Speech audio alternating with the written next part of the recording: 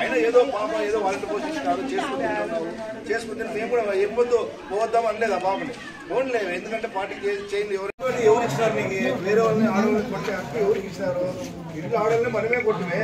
వాళ్ళు రాజీనామా చేసినావు అంతా చేసినావు అయినా ఇంట్లో ఉన్నావు కానీ పార్టీ కోసం సేవ చేయాలనే ఉద్దేశంతో వచ్చినావు. ఏదో వాళ్ళు నీకు ఆశ ఇచ్చినారు ఊరికొని వాళ్ళ అమ్మని ఈఎంని కొట్టేంత అవసరం ఏముంది? ఆ పాప కొడితే కింద పడిపోయింది.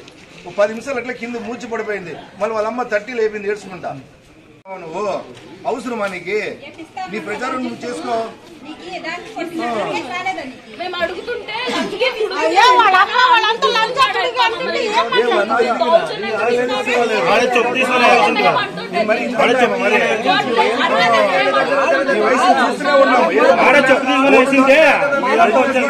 ఓటాకు వచ్చింది దాని ద్వారా చూపించాలని అందరూ కలిసికట్టుగా ఉన్నారు. మేము పూర్తిగా ఖండిస్తున్నాం. ఒక ఆడపాపని ఇంట్లో చూసి అది వాళ్ళు ఉంటారు రాజీనామా చేసి ఇంట్లో ఉంది దౌర్జన్యంగా పిలుచుకుపోతున్నారు ఆ పాపని. అయినా ఆ పాప అట్లే వస్తా ఉంది ఏదో చేద్దాంలే అని. వాళ్ళ కోసం కానీ హక్కు లేదంటే చిన్న పిల్లలుగా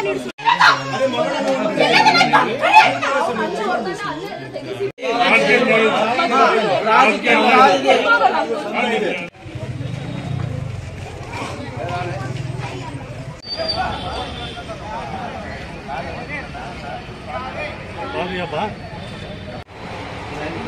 23 44 538.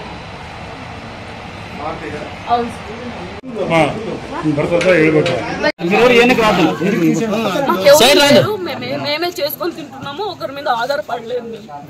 ఇంట్లో వాళ్ళు ప్రతి ఒక్కరు చిన్నప్పటి నుంచి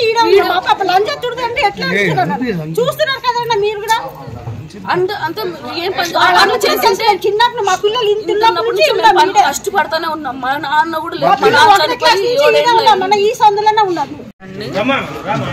కౌన్సిలర్ వచ్చేసి నన్ను ఎప్పుడు లేట్గా వస్తావు అని తిడుతుంటారు. అయినా నేను పట్టించుకోకుండా పార్టీ కోసం పనిచేద్దామని సార్ని గెలిపించుకుందామని నేను క్యాన్వాస్కి వెళ్తున్నాను. క్లస్టర్లో కూడా నాకు మంచి పేరే ఉంది, నాకేం చెడ్డ పేరు లేదు. అయినా కానీ నువ్వు అట్లా చేసినావు నువ్వు ఇట్లా చేసినావు అని మా అమ్మని తిట్టేది. ఇంటి దగ్గరకు వచ్చి తిట్టిపోయినాడంట.